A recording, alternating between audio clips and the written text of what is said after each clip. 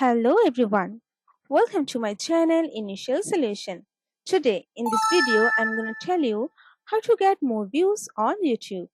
So first, for getting more views, you should create quality content. Create videos that are engaging, valuable and well produced to attract and retain viewers.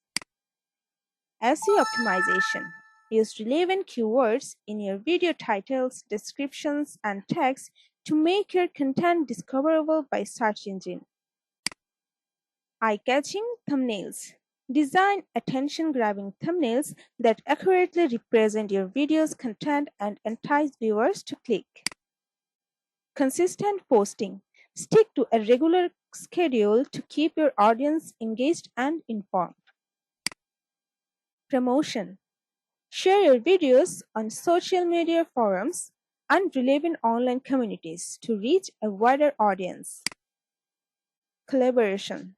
Collaborate with other YouTubers to tap into other subscriber base and expand your reach.